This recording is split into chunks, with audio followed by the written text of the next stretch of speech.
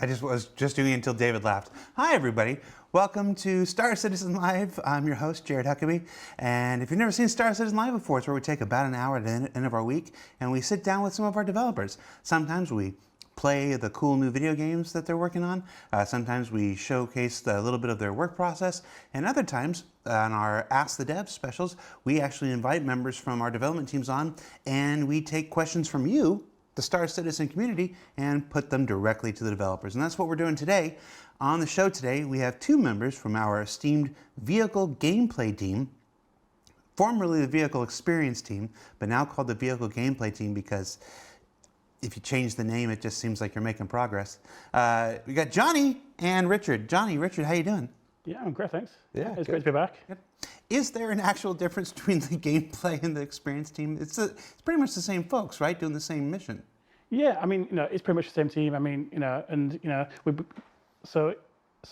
formed the vehicle experience team. What was it, 3 years ago? Yeah, something like that. Yeah, and then we had, and then basically we basically had a shift to Squadron. And we've got that to a certain point. We've kind of reformed on the PU side to focus on the vehicle gameplay for the PU. Yeah, it's you guys did your time in the trenches for Squadron for a while. You got the vehicle experience there where it needed to be. Now you're coming back here. There's a renewed focus on the PU with the members of your team, and that's a little bit about what we're going to talk today. We put a thread up in Spectrum, which is the bespoke communication platform available on robertspaceindustries.com. If you haven't checked it out, you can do so. Where we collected questions all week. Then we let Rich and Johnny pick their own questions this week. We gave them the thread and we said, pull the ones that you actually have answers for. For instance, questions like, how's the 600i rework coming along? That's a question for the vehicle content team, the people who make the spaceships, not the vehicle gameplay team who create the gameplay around and stuff like that. So they won't be answering questions like those. Just in case you're wondering why my question didn't get picked or why other questions did, we're looking exclusively at operational gameplay stuff related to the vehicles that are currently flyable or drivable in the verse today. So without further ado, because you guys did pick quite a few questions, I'm very proud of you for doing so, we're just going to jump right in no particular order. Is there a gameplay reason to not have a rotational decoupled mode? Some people would really appreciate it. Possibly this person who's asking. Probably. So yeah, we have experimented with this internally. We did some play tests with it, and it turns out it's really hard to control. It's very difficult to work out which direction you're actually rotating, especially if you start combining rotations. Like imagine you start rolling, and then halfway through that you start pitching, and then halfway through that you start yawing. All of a sudden your rotational axis is completely different from what you think forward is, and then the by far easiest way to stop rotating is just to hold space brake and just stop and start again. So we've tested this and tried a couple of approaches and stuff. For now, the plan is not to add one of these in with the normal decoupled mode. We feel coupled rotation is more controllable on average and a more intended experience. But we could have just spitballing, it could be used as like a malfunction of IFCS in future. All of your rotations get completely unlocked and then you're just spinning and then the thrusters start firing and you have to manually fight against it. That could be quite cool. But yeah, no plans for that at the moment. What do you think, Rich? You agree? It sounds like a skill issue to me. Yeah, get good. Yeah, I think you should get good, Johnny. Yeah, sorry. No, it was really difficult to fly, and it made the experience quite jarring. But that could be a case of us not, going to implement it, quite correctly. But it's definitely something we can relook at in the future. But for now, we're going to focus on the kind of core flight experience that we have.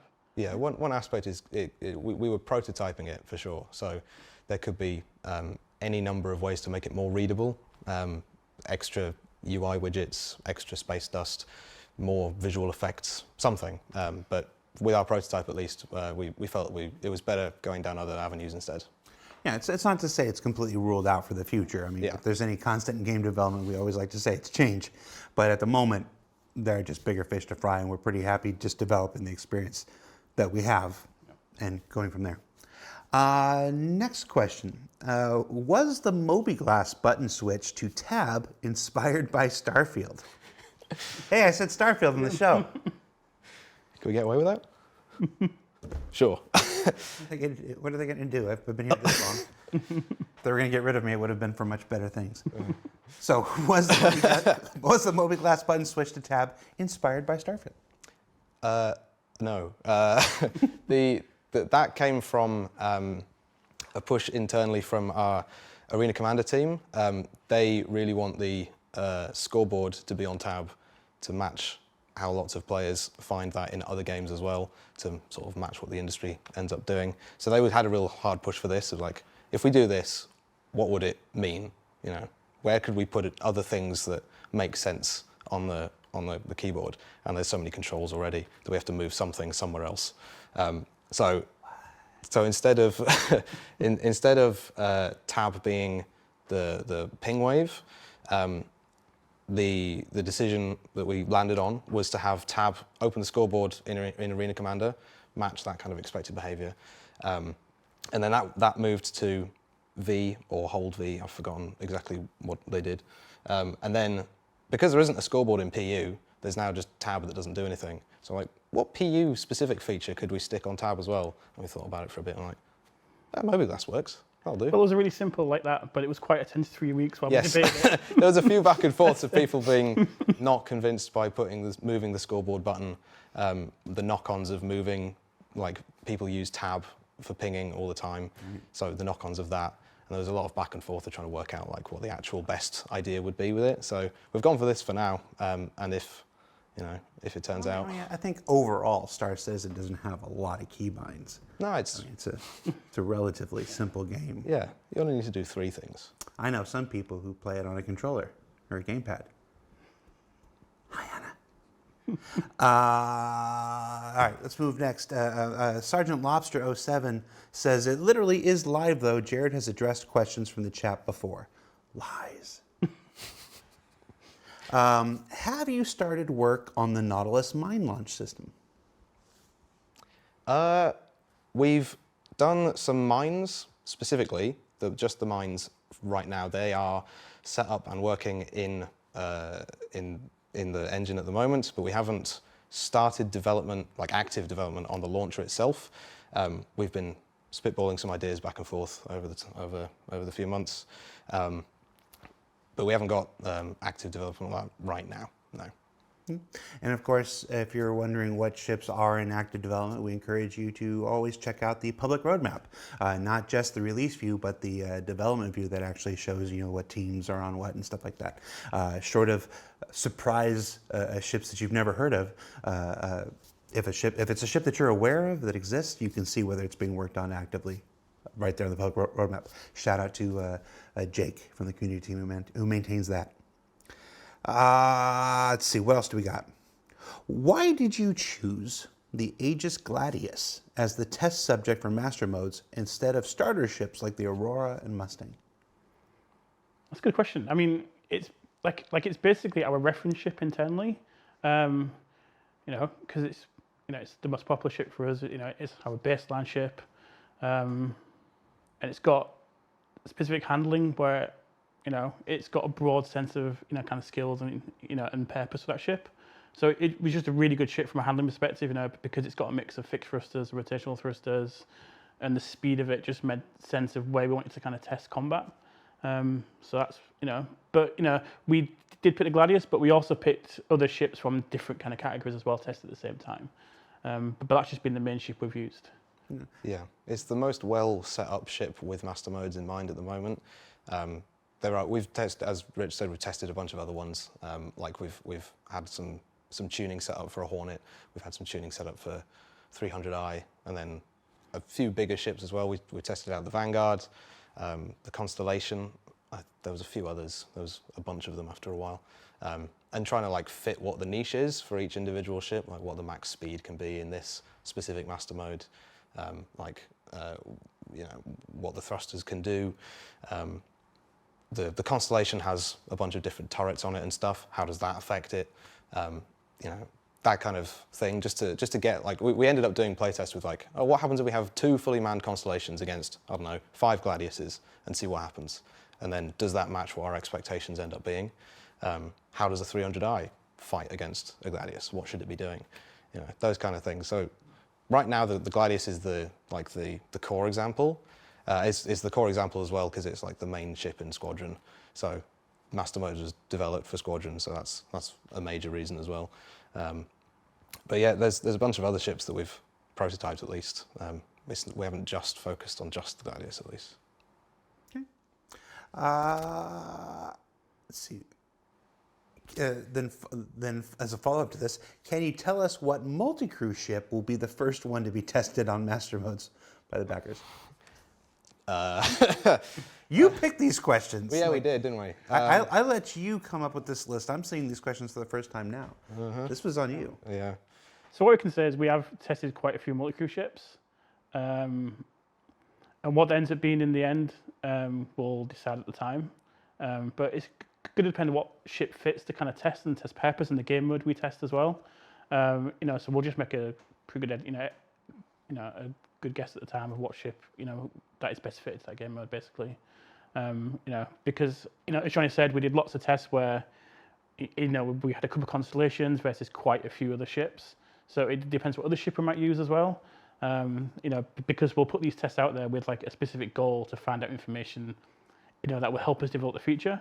Because we've got to a really good place for light fighters, medium heavy fighters, but the kind of multi-crew experience is still one that we're still kind of figuring out as well, because it's quite complex because you've got, multiple guns, you've got multiple armory, and then, we've also got the resource network as well, coming in the future. And that's going to really change the multi-crew experience. So, we're really figuring out what that means for the gameplay. So, we're going to have to make some choices based on what works best for those features and, our purposes with the test as well. Yeah. So, for those just joining the show, we are sitting with the vehicle gameplay team. We're looking at the chat here, a couple questions like how are modular ships going, when will we have modularity in the game? Those are actually questions for the vehicle content team, the people who build the ships as opposed to the people who are here fine-tuning gameplay and aspects like that. So just in case, again, you're wondering why some questions are being addressed and others aren't. Gameplay team, content team, feature team, many teams. This is this one. For instance, is there going to be a way or a method to unflip vehicles that have been put upside down or on their sides like a wrench or something? Sometimes vehicles stay on their sides and won't correct no matter what force you put on them. The answer is yes. So we'd like to use the tractor beams to move the vehicles over, but we've basically just moved the ground vehicles to a new set of physics. And basically this has meant the old system we had to correct them back on the wheels doesn't work anymore because it's a completely new set of physics. But we do definitely have plans to be able to use the in-game tools to rewrite the vehicles because it makes no sense to be able to stick in the middle of nowhere and have nowhere, to create a vehicle back on the wheels. So that's definitely something we're going to look into in the future. It's just quite a challenge now because we've got some new physics that is much more kind of based in reality, where as before, the physics was quite simple. We had a very simple suspension system, a very kind of dampened kind of body system where the body didn't really move around that much. Whereas now we've got a proper vehicle where you move it up, it's got kind of a real feel to it, and it's got a real weight to it. So we've got to balance the tools to be able to do that, and it's quite difficult, to basically try and make a vehicle flip back over and land on its wheels as intended.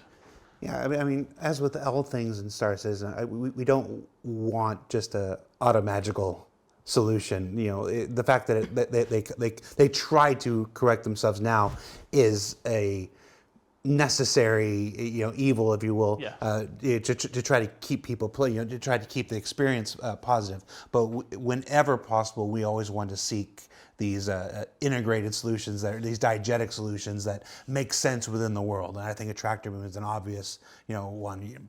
Yeah.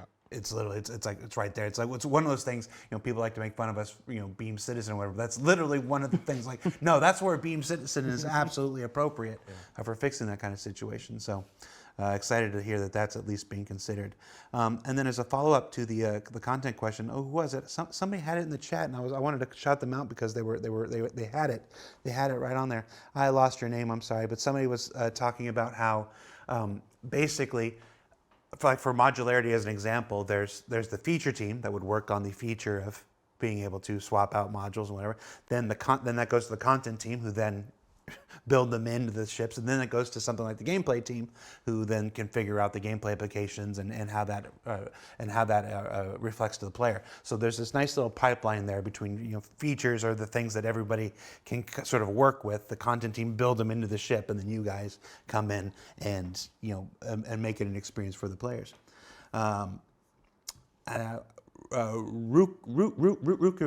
Ribi, I think that was his name. Ruka. You know how good I am with names. It's just somebody in the chat like had it, and I wanted to call them out, and I lost the name. While we're on the subject of master modes, we weren't on the subject. We'd moved over, so that wasn't a very good transition at all.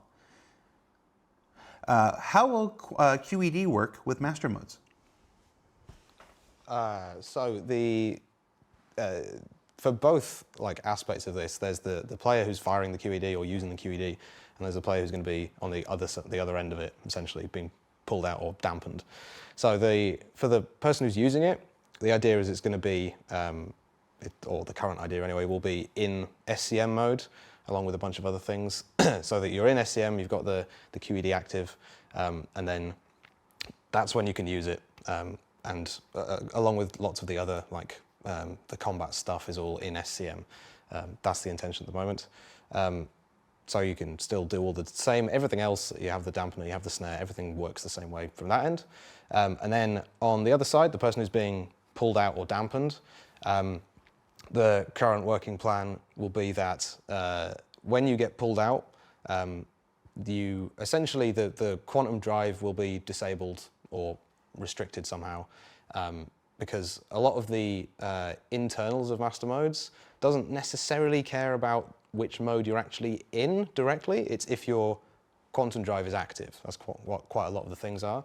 So for example, if you're in nav mode, but you've turned your quantum drive off for some reason, or it's been blown off or damaged or distorted or whatever else, you will still lose, you won't have access to those top speeds because the quantum drive's off. So that's what the restriction is. So if you're in nav mode and you get quantum dampened or quantum snared, your quantum drive is going to be off, and you're going to be limited to SCM speeds for that time period, and then you can swap back to SCM mode yourself and then go try and defend yourself. That's the current plan.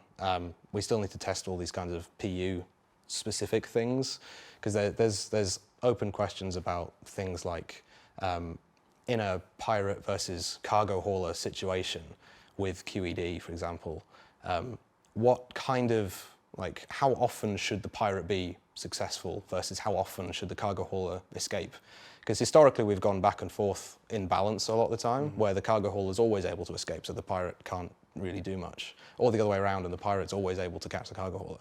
So we want some middle ground between that, and we're still working to get the exact balance of where everything fits. And then I have to imagine stuff like the upcoming resource management system throws that all into array too, because there's the default balancing, but then there's what the tuner does, what the mechanic does to increase those chances on either side and stuff, and how those combine. It's like this person, the attacker has upgraded their ability to QED, but the cargo person has upgraded their ability to resist, and you got rock versus rock here in the thing. So it's a unique challenge, and I'm excited to see it play out as the work of the EUPU feature team comes to completion, and then it gets handed over to folks of the gameplay team. So yeah, I brought that back. Sometimes I'm good. Not that time though. Can we? Are there plans to change the way ground vehicles accelerate under analog controls? Yes. So we spent a lot of time kind of working on these new physics, which has enabled us to kind of fruit the body of the vehicle so it feels more fluid. And we've got a brand new time model as well, and this gives us much more fidelity to control the handling. But with that, it means you need much more fidelity in control as well. So, although we've got quite a simple control method right now, where it's just key press, you go full throttle to no throttle. We definitely plan to support, different control methods, so you can go half throttle, quarter throttle to control the slides, and control your speed, control the amount of braking you have and steering you have as well. Because it'll make the ground vehicles feel really good when you've got full control over them. As a follow-up to this, it's a bit on the content side, but I'm pretty sure the answer is gameplay related, so I'm going to go ahead and ask it. What's holding up something like the Ranger from being implemented in the game? So we've got to kind of move the physics engine. So we had quite old physics with our old ground vehicles, and they hadn't really been touched for a long time. So we had to go in there, figure out what needed to be changed. And we've got a baseline, as you can see now, with a new ground vehicle physics, which you're going to play soon, is it's going to feel much more realistic. But that's our first step in terms of feel. So we're going to get the feel right, but we don't have that on the Drake Mule, and we don't have that on the Nova Tank. So we've got to move the ground vehicle physics to those vehicles as well first. And then basically it's just time and resources as always. It's, and we've got to make that call when we can, kind of work on a new, kind of vehicle, because it will be not a completely new vehicle because we use the time model and suspension physics and all that stuff for it. But, that kind of vehicle is quite difficult to do because it moves from, kind of four wheels to balance. And that's really hard to do. But that's also Johnny's problem as well. Yeah. Going from a stable four-wheeler or six-wheeler or whatever to trying to balance on two wheels is very difficult to make fun. So there needs to have a lot of iteration time to make sure that you don't just constantly fall off, for example. And if you go too far the other way and you never fall off, making that also fun. So we need to find where the balance of all of that, across the scale of sim through to arcade of a motorbike, should land. I think people still don't really know how a bicycle stays up anyway. So how are we going to succeed? I'm sure somebody does. Somebody? Yeah. I'm sure somebody in Twitch chat knows how a bicycle stays up. Yeah. We don't want to just fake leave it it there, either. right? That's one of the things is, we don't just want to build a car and just animate a bike. Because that's what, kind of a lot of people do to get a bike in the game is they'll just make a bike a car and it'll just be animated. But, we want to do it properly. Because we believe that experience is a much better experience for the final game. So, the folks in chat right now are saying gyroscopes. And I'm gonna tell you, I used to back in the halcyon days of 2002. I used to, as part of my job, I used to ride around on a preview version of a Segway. Remember a Segway? Little two-wheeled things that kept up on a gyroscope. And there was a collection of us, and we had to, each one of us would do something for about 6-7 minutes, and then we'd swap out to somebody else all day. And every single day, we knew one of us was going to get thrown violently to the ground in front of 100 spectators. And it was a terrible, terrible lottery. And 21 years later, I still have the mental scars that just hearing the word gyro makes me derail the entire show and tell this story that absolutely not one person watching cares about. So just don't put all your faith in gyroscopes. So when are we going to add segways? Don't like gyroscopes.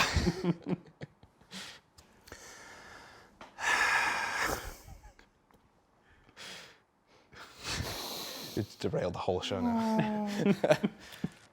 Hey, here's one. Are we going to get better lights on ships? Hey, Pete.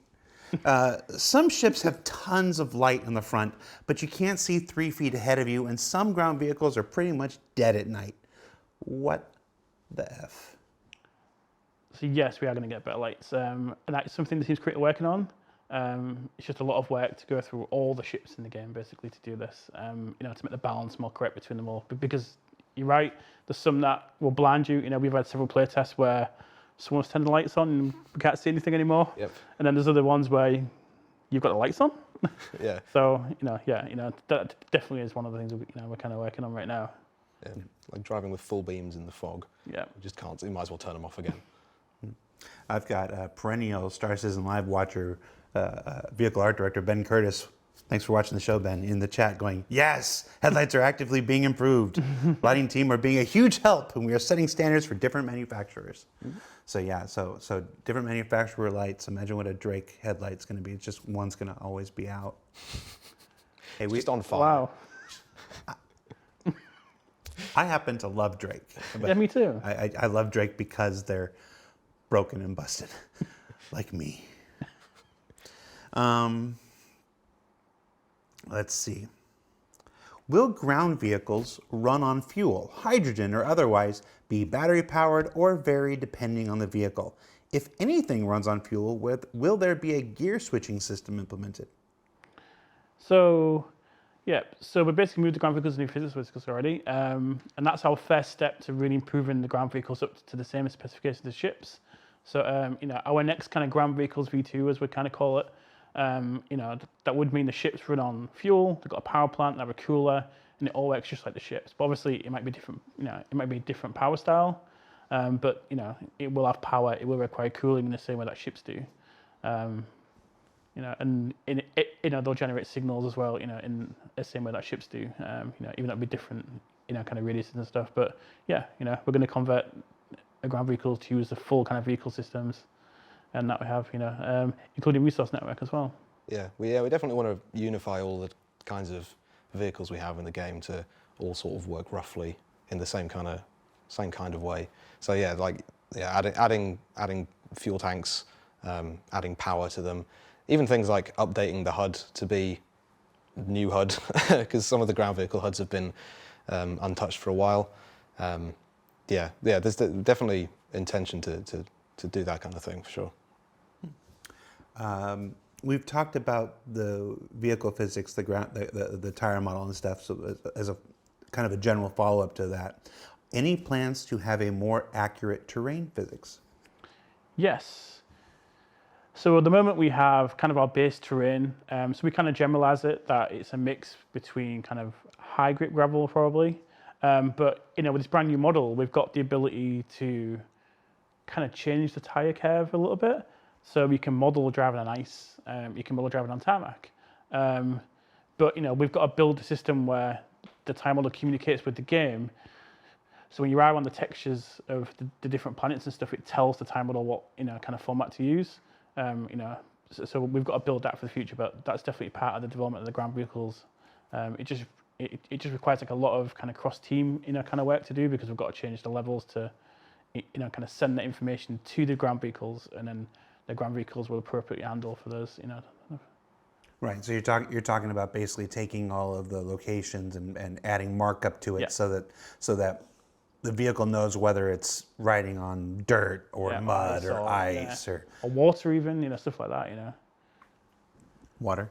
Yeah, you can drive a little bit of water before you start to float. Jesus, Carl. Are you confirming boats here, Richard? No? He's not. I'm just putting him on the spot. Boats with tires. Yeah. Hey, we talked a lot about boat tanks recently. What? Yeah, a boat tank would be a good addition to the. Can you describe what a boat tank should be like? Yeah, it's like a tank, but a boat? It drives on the water. Does it handle like a tank? Kind of handles like a battleship. Okay. All right. Let's get into some nitty gritty ones here. Why is the center of mass on the Nova so high over the ground? As in, why does it tip over so easily? Shouldn't the tank be next to impossible to tip? Do you have any idea what the hell you're doing? I don't. So the tank has a lot of mass, and the mass is actually quite low on the tank. But Not according to this person. yeah, well, it is physically, but one of the problems that you have in like physics is, so in real life, there's a lot of dampening with kind of collisions, because you're hitting terrain, you're hitting objects that move, and the collision in a kind of output kind of varies a lot. Whereas in like a physics simulation, you can have quite high like spikes of collisions because it's two interconnecting solid objects. And we need to do a lot of work on how the ground vehicle's field interacts, because that's not how real life collisions happen, but that is the output of the physics engine. And basically that causes the vehicle to react in a way what makes it look like it doesn't weigh very much, or it gives you a really high impulse so the vehicle can roll over. And it isn't that it doesn't weigh very much or the center of mass is too high. It's just the collision impulse is so high that it's got the force to kind of tip the vehicle over. But that's definitely something we're working on. And we've already done some work on the suspension physics for the ground vehicles. When you hit rocks and stuff, if you had the old physics and you basically reduce the dampening, the vehicles would flip over 13 times. But now we've kind of really worked on the ground vehicle collision physics. When you hit a rock like this, for example, it just kind of rads it. It doesn't go like this. And that's something we've worked on the first stage. And then, a next stage that we'll be working on the general output of the physics engine to not generate these really high impulses that are just not accurate. But it does create a perception issue, and we are aware of that. Well, it's like when we were playing on Arena Commander last week. There was that gravity bug on was it Gila? Just like, and I'm just like, yeah, you knew there was a in the tank. It was like, you knew there was a gravity bug on Gila? Yeah. So why did you? Just tanks floating everywhere. It's a good show. Sternhund in the chat says, will we eventually be able to land our Pisces on our Carracks and refuel there? Please, please, dear God, give me something. I'm going to give you something. Is that a threat? That's a good question, probably for a content team, to be honest. Yeah. Hypothetically, and the buck passes here. I tried Sternhund. Yeah. Right. Are there any plans for internal reloading of ballistic weapons, especially for ships like the Redeemer that possess some internal storage? So this is definitely something we've talked about internally, because obviously, we moved towards a system with limited ammo, and that had a big impact on the game. And we do think it's a really positive thing, but we would, we definitely like it, because we've talked about it internally. We'd like a system where, people can reload the ammo on the ship. I think it'd be really cool. Yeah, having like ammo boxes and extra items and stuff. So you've only got a set limit of ballistic ammo in your first clip, essentially. And then you reload that, and then you reload it again. Oh no, suddenly I'm out of ammo. Jeff in the back needs to go and fit the box onto the front gun again, and you have this sort of cycle of like multi-crew stuff going back and forwards. It'd be really, really cool. Yeah. Get your shit together, Jeff. Jeff the ammo guy, pulling his weight.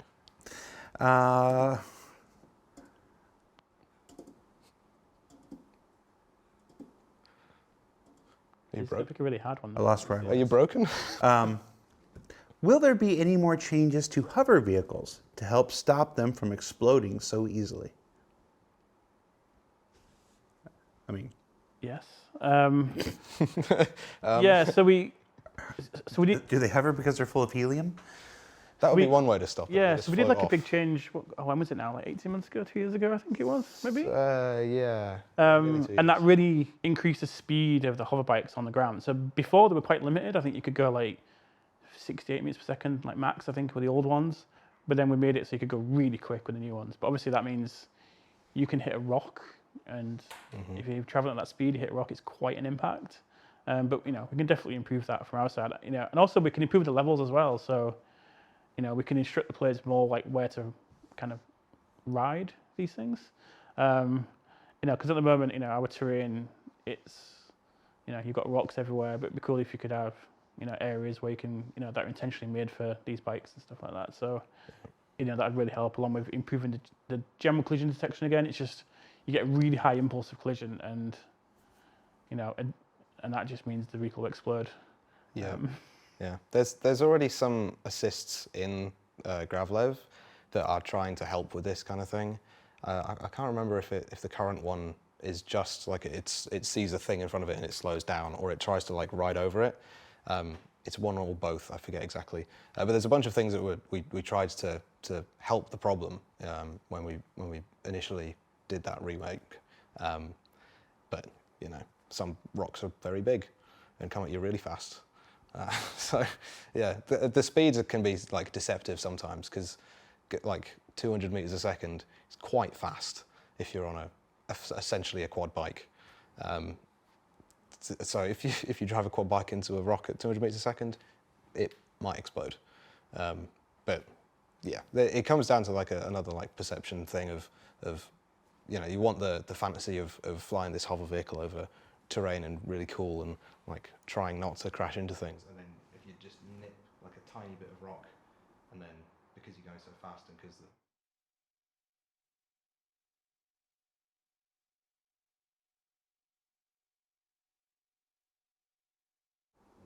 I mean, it's something as simple as raising the durability. we could like quintuple the health. There we go. I'm sorry? We just lost sound for a second. Sorry, but we're back now. We lost sound for a second? For about 5 seconds.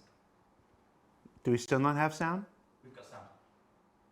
So can they not hear me right now? They can hear you now. So they can hear me right now. Yes. I recall a central. Can they hear that? Yep.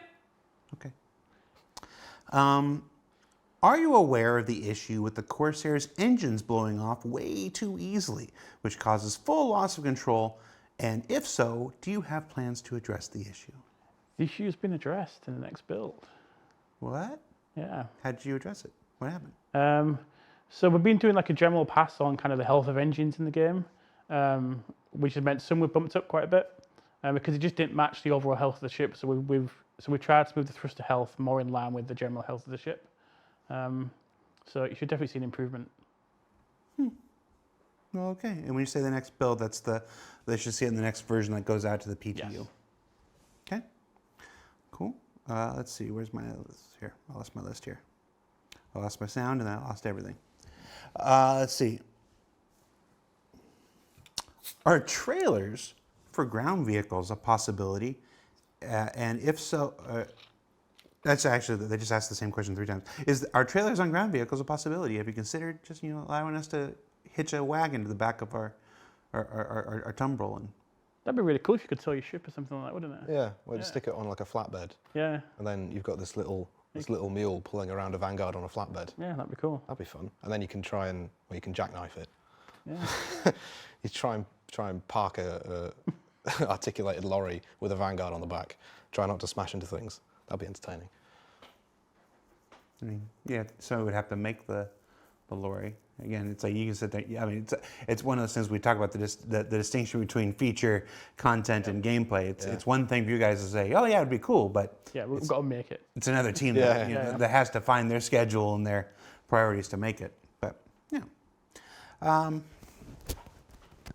what is? Okay, here's a loaded one. I want to remind you that they picked this one. Oh. What is CIG's stance on the community's feedback? And is the Fury earmarked for further improvements in relation to this? So a bit of a leading. Did you pick question. this one, Rich? One. Yes, One. How do you? This is my fault, so I'll answer One. this one. How do you feel about community feedback? And 2, are you willing to listen to them and make the Fury better? I feel on the spot now. I probably should have picked this one. That's what the question says. So, I'm really protective to our community feedback, and that's a general feeling across the teams here. Is we really like hearing from the community. So to answer the Fury question, so we've tried to balance the Fury for the current game that we have now, and where the ship's currently flying, where they fit, and we've tried to give it a little bit more of its personality in the current game. But we've got the game we're working on next. For us, so we've got master modes coming. Which is going to allow us to kind of use more of the unique ship identity. And with that, and as we move towards that, we're going to move the ships more into the identity. So I can definitely see the Fury moving more to where its main thrusters contribute to more of the axes on the ship.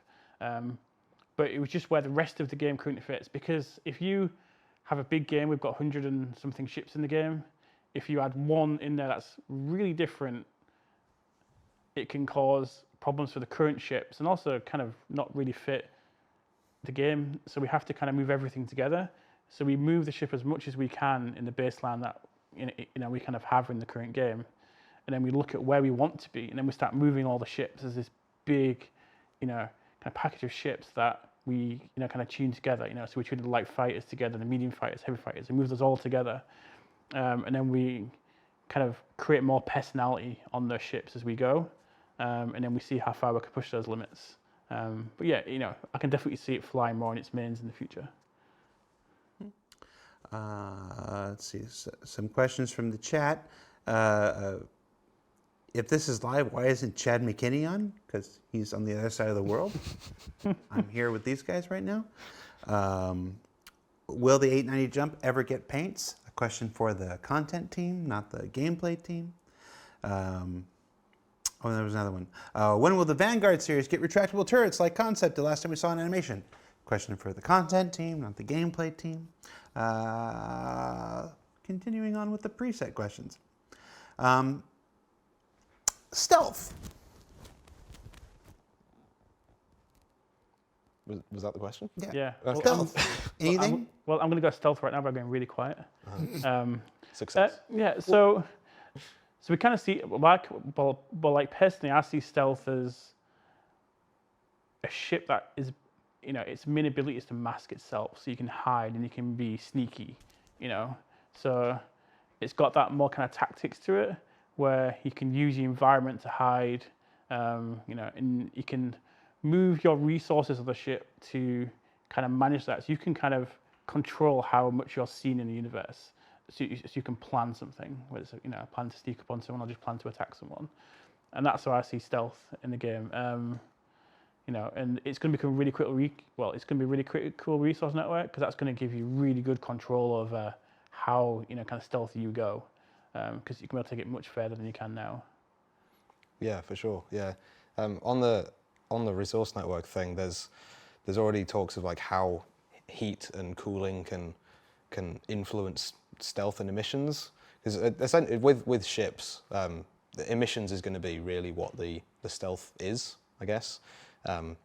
So if you can hide, like there's two kinds of versions of stealth. You're either not there, or people think you're not there, or people think you're something else. So you could have like emissions that pretend you're some casual cargo hauler, but you're actually a fleet of Idrises, and just to try and pretend that you're not for a while.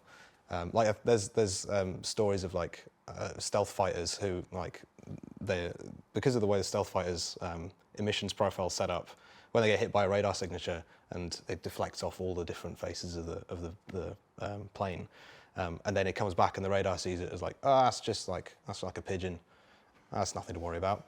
And then suddenly the pigeon turns into a stealth aircraft for like 2 seconds because it's opened its bay doors, and then closes it again and go, that pigeon turned into a plane for a bit. Maybe we should shoot something at it. So something like that. You can have the two different versions of like, we hide it completely, like clamp the emissions completely so you can't be seen in a big radius. Or you can just blare out like noise and obscure whatever you want. And so like with resource network, if you have, if that gets tied into heat and stuff, you can have coolers that are like blaring out loads of IR, for example. They could pretend to be something else. And then if you want to go the other route and then like hide all of those emissions, turn all your coolers off, or like have some kind of thermal shielding around it, and then you just slowly cook in your ship because it's heating up. Because that heat's supposed to go somewhere. That's what the emission is normally. And if it's not emitting heat, I guess you're just gonna steam slowly. And as Sten Gun asks, as a follow-up, why is that pigeon going Mach 5? Yeah, I was wondering, Sting. I was hoping one of you would say it so I didn't have to be the jerk. It's a very powerful pigeon. It's not a very good radar operator on that particular ship. That pigeon's going Mach 5. That's one very impressive pigeon. Why has that pigeon launched a missile at us? Yeah, no. And how does the invisibility bug factor into all that? It's very stealthy. It's not the right kind of stealth. It's like that old bug we had where all the players could turn into golf balls. Technically. Oh, I'd forgotten about the golf ball. Yeah, that was. I'd forgotten about that. Was difficult to fix. Has that invisibility bug still going on? I'm not sure. I know it's not on our teams. No. But the last I heard, I think someone made some progress on fixing one of the many ways that it can happen. So maybe That's better. what's really annoying. It was the same thing with the golf ball bug. It's Yeah, like yeah. There wasn't just one cause. It was actually a myriad of causes. Yeah. And so, finding every you find one cause and it actually obscures 3 other causes. Yeah. So it's, yeah. That's what bug fixing on complicated situations can be sometimes. You just get, like, you fix one bug to make it work correctly, and then it turns out working correctly broke 8 other things. I just know it's very frustrating. But Yes. the level of frustrating conversations I've seen internally about that bug over the last several weeks have been. Yeah. I can't imagine it's any better for the players. But, folks are working on it. It's the best I can offer. Aerodynamics. Are aerodynamics planned to be applied to ground vehicles in the future? And if so, will this extend to drafting mechanics? Yeah. No, it's really cool. If you could drop your ground vehicle out of a ship and it would feel like it was floating because aerodynamics and a shape of the ship. And then we've got much more racing in the game now, so it'd be cool to have a draft. You could draft up behind people, catch them, and pass them because you're in the draft. That'd be really cool. Yeah. I don't think it's currently in the plan at the moment, but it would be. Yeah. It'll be part of our kind of goal of moving the ground vehicles to our next version. But really, that'd be our next step. So we'd have, kind of aerodynamics in that. And maybe, we could mix that in with the, moving the ground vehicles to all the power plant systems and stuff, and have a full aerodynamics. But it'll be quite limited, because we don't want to go like full simulation where we're trying to model the aerodynamics and downforce on the ships and on the trucks and stuff like that. But it'd be nice to have the feature where where you can draft basically. Yeah, the aerodynamics of the rover being a brick. Yeah. The downforce of that. Yeah, you get quite a draft bit on that ship. Yeah, I bet. Yeah. If you go down the full sim route of aerodynamics, you can get very, very complicated very quickly. Like if we have like drafting behind someone, and then you pull out and suddenly you get hit with a whole bunch of wind, and then half of your vehicle is in the wind, half of it's not in the wind. Yeah. What does that do to the tires, for example? Like, does it affect the grip? Does it torque your vehicle around a bit? Yeah. There's all kinds of. You get flying cars. You get flying cars, yeah. Yep. Where suddenly all the downforce turns into upforce. Now, obviously, there's a lot of gameplay implications to it, but like with anything else, it has to be weighed against every single other thing that's going on in the persistent universe, and whether it might work and even be fun in a vacuum. But when you have to put it alongside all these other systems and go, okay, well, how does that affect everything from salvage to FPS gameplay to. Well, it's not to say that it can't happen or something. It's not as simple as just, oh, that's a good idea and we put it in. Yeah, it's like with when we did aerodynamics for the ships in the first place. That would be like a really big impact feature, because the ships behaving like spaceships when they're close to the ground in atmosphere feels a lot less realistic and interesting. And if you add aerodynamic flight into ships like that, you get a really cool like difference in how to get those ships to play, and that's a bigger impact than having like fully simulated aerodynamics on the ground vehicles, for example. We can get to similar kinds of things in other ways, but yeah, so which is why it's not been a priority so far. But yeah, it'd be really cool to add that. How excited are you and the team for the recent Arena Commander changes? Was this something like, yes, finally, or was it like, I wish they were working on other things? Like it's the question again. You put it on there. How does the team feel about all the recent Arena Commander changes? Really excited for it. It's a great place to do combat, and it's. So I've been really pumped about it. And also it's given us a chance to test master modes as well. So that's been really cool for us. So we've been really excited to get that out there. So yeah. We interact a lot with the player experience team, who are or the vehicle guys in the player experience team, who are really interested in Arena Commander and the way that you can test out how ships behave in 1v1 combat or PvE, Pirate Swarm and stuff, and you get all of that kind of really interesting like interactions in ships. There's only certain ways that you can actually like really tell what the ships are going to do in those kind of interactions, and that's from really testing in that isolated environment. Because a lot of the time in the PU, you don't end up having that very often because of the size and scale of loads of different roles and stuff that people can do. So you get a really focused environment on that. So that really helps us.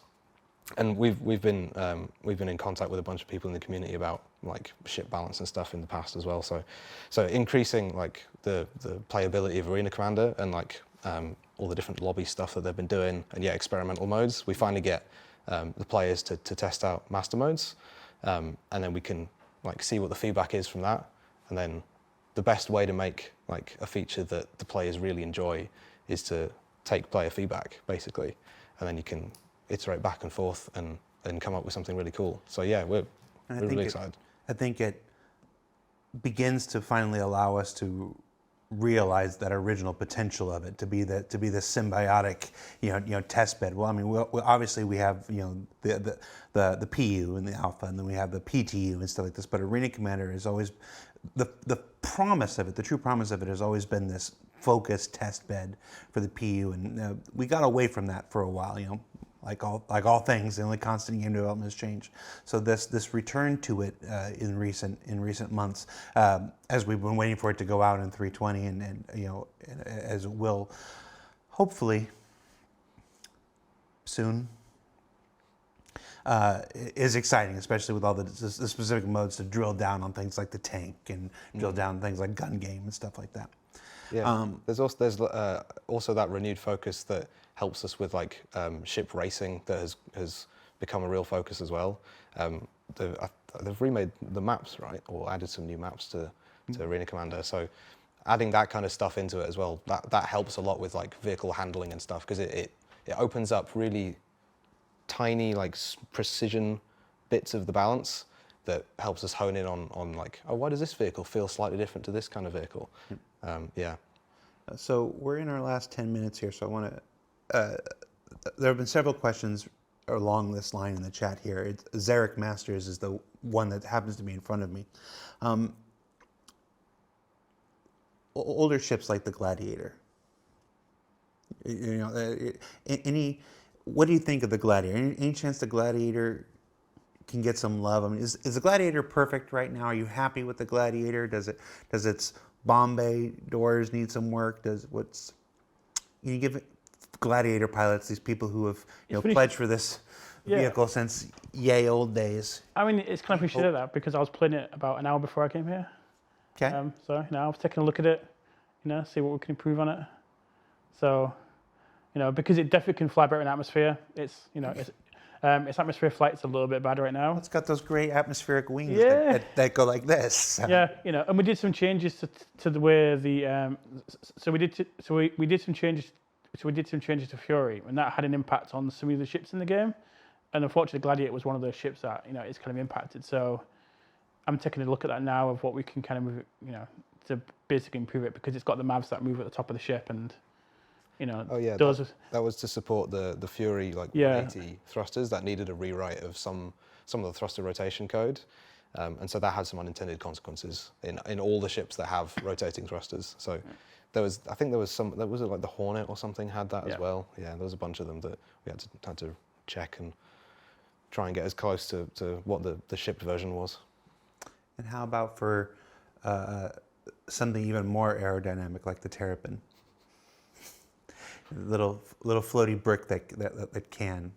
Any love for the Terrapin? Any nuggets? Any hope we can throw out to people? So a big focus of the Terrapin is actually it's going to be making the most of its VTOL mode. So we've generally tried to make the ships fly as normal with, in like normal mode they should be able to fly, in atmosphere on the various planets we have. But we're definitely looking at ways we can make the most of those ships with VTOLs on them and give them a little bit more power. So when you're in VTOL mode, you really feel the power of those ships, and to give you more control in VTOL mode. And we have some exciting, so we've got some exciting aerodynamic changes in the future as well. That's going to help kind of reinforce that as well. So yeah, there's definitely some scope to improve the Terrapin, because it's a cool little ship. It might be a floating brick, but yeah, it's pretty cool. A Terrapin is naturally aerodynamic. It's about as aerodynamic as I am. Again, I want to preface this by saying that they picked the questions, no. not me. Oh, The question is literally, is my favorite ship the best ship? And am I still on track? This one's on you, Johnny. yes, and yes.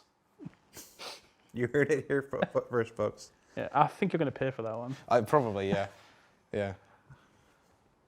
You also picked something, Uh-oh. vision for where pets, dogs, will stay on ships with and without second seat interior. So they're assuming the dogs will go on the second seat. But I mean, If you put it in like the little carry case, and then you can sit the carry case in the second seat, and then the dog can shoot the turret. So I want to preface this having seen the question for the first time live right here again. This will be the last time I let the guests pick the questions. We are neither confirming nor denying the existence of dogs in our game. but I do have a dog and 4 cats. So In real life. Yes, in real life, not in the ships. In like real life. Not yet. Okay. So, all right. Theory craftist, then you included it, so we'll go with it. Assuming dog pets do get added to the game, where do they go in the ship? Well, I put my dog on the engineering station. To be fair, I think she do a pretty good job. When she doesn't throw up on it. Yeah. Yeah, and my cats can just be ornaments. I mean, the cats would sit on the pedals, is what the cats would do, Yeah. really. At least at least I could blame them for crashing it. Yeah. Or they just sit and like paw at the MFDs. Yeah. No, don't turn my shields off. No, go away. I hope that's a satisfactory answer. Jared's deflating. All right, no. We're going to one of the hard ones now since you wasted a question on that. You wasted a question on that. How do you determine how well or bad a vehicle handles? Whoa. Ooh. Yeah. So the good and the bad. Go ahead. I'm gonna sit back. You go ahead. So when we have a shipping concepting phase, we basically outline what the purpose of that ship is. And then from that, we discuss what loadout it should have, what weapons it should have, what size components it should have. And then the ship gets concepted. So we're in control of that. And then when we go through like the concept phase and the visual art style, the art starts to lead some of where the ship goes as well. So we've got like the purpose of the ship, but then the look of the ship, it needs to feel a certain way to match its kind of visual appearance. And then we've got like a really good kind of matrix of like where our current ships are, both in terms of the flight, the combat power. As we learn more about the game as well, and how we move all the ships, as we learn the systems more and more, and and improve the core features of the game, we change the balance, so we're moving all the ships together. Then we look at where that ship should fit, and we don't just want every ship to be the new best ship in the game that does everything the best. There's always choices, and that can be manufacturer based. Choices that can be visual kind of choices on the ship, and where you put the thrusters, where you put the wings, and how they look. So it's really a lot of different factors that come into this, and it's where we put the weapons, it's where we put the turret. Well, if a ship does have a turret, it's where we put it, and that defines how good that turret system is on that particular ship. And then there's just we've got kind of core numbers of health, for example. So we've got a really good idea of where the current ships are. So we go, right, well, we want the ships for here, so it requires this, but it depends how the ship's built, so the different parts on the ship and how the damages propagate throughout the ship. So we have to work with all these factors. So yeah, that's kind of how we balance. And then obviously we do some testing internally to make sure the ship kind of fits what we originally set out it to be, and make sure it fits in that particular area, but it's not, I don't like to say this shit's just better than the Vanguard, for example. I like to go, well, it could beat the Vanguard in this situation if you did this particular thing. And that's the difficult balance, I guess. Hopefully that's a good enough answer. Good answer. Now, how do you, I'm going to follow up because you did so well with that. How do you do that knowing new systems are coming down the pipe, like master modes and resource management and stuff? How do you take that delicate calculus you just described and do something for the game today, but also leaving yourself room for tomorrow? Yeah, I mean that's like that's one of the really difficult things about doing this is we've got to think about the game now. We've got to think about the game we're going to have for the next release, but then we've also got to think about kind of really long term as well. So we kind of do the current game, and we kind of have a base understanding of where the current game is and where the ships are, and we try and do our best to maintain that, but also include a little bit of future-proofing ourselves, really, that we don't have to go back and redo every single ship in every single release, for example. So we'll try and move certain ships. That's why sometimes probably, we do get questions about certain ship balance not quite fitting, but that's probably why, because it is a work in progress game. This is a game where we can't just retune 100 and something ships every single release. It's just not possible to do. But we do try and keep it as one unit that's moving. And then we look at we look at things like master modes and stuff like that. So what we try and do is we try and have these things in the game now for us, and we will balance the game for the future as well. And then when it comes to it, we can turn those systems on, for the players, which is what we've done with the experimental modes. We've got a Gladius there. Well, we did have the Gladius there. And basically what we did was we just turned it on with master modes on, and the tuning was there. So we're kind of moving the game towards that for the future like that. But it is a very fragile piece sometimes, and it is quite challenging. There's days where you're like, oh my God, I've got to throw all the balance out I've done over the last 5 years at this company, for these new features and stuff, because we've got so much coming in the game and so much is going to change. But it's also really exciting because it's a constant challenge as well. So sometimes, Johnny, you tell me if I'm wrong here on this. So sometimes when a ship performs one way, it's performing, whether that's good or bad, it's performing that way because it's been tuned in anticipation of this thing that's coming down the line. And because this thing that's coming down the line hasn't arrived yet and whatnot, it may be underperforming today or perhaps overperforming today, because whatever this thing that's coming down the line is either going to bring it in line or it's going to bring it up to where it's supposed to be. So it's not always a bug. It's not always a missing feature. It's not always just an idiotic decision by somebody on the team. It's just like the sources of the invisibility bug we talked about. It can actually be a multiple sources all conspiring together to make a particular ship or vehicle perform a certain way at a certain time.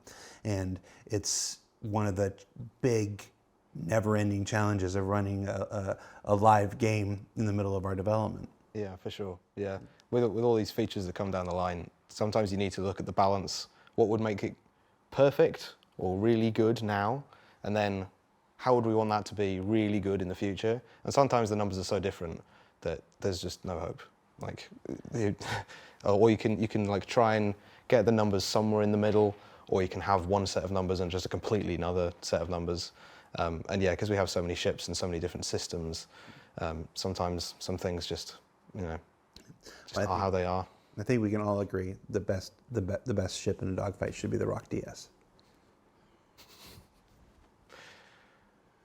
I told them I would say something nice about the Rock DS. That was the best I could come up with. Johnny, Rich, thanks for hanging out with us, taking the time out of your busy Friday at the end of the week to be here on Star Citizen Live. Folks, if you haven't checked it out, be sure you watch yesterday's Inside Star Citizen. It's part 1 of our design brief on the cargo career. Lots of big changes coming. Freight elevators, the instance and persistent hangars, all kinds of new cargo boxes with different properties, and of course, the big kind of headline thing of that, being able to stick just about anything that's physical on a cargo grid. Yeah, I've already seen a number of Twitch streams and YouTube videos today, expounding on the possibilities, and yes, the possibilities. So be sure you check that out. Part 2 is next week, and then of course remember that CitizenCon, the now 2-day event emanating from Los Angeles, California, on October 21st and 22nd, is just 5 weeks away. About 5 weeks away. So if you're wondering why some of us pulled our hair out, it's probably because of that. So for Johnny and Rich, I'm Jared. Thanks for watching, and we'll see you next week, everybody. Take care.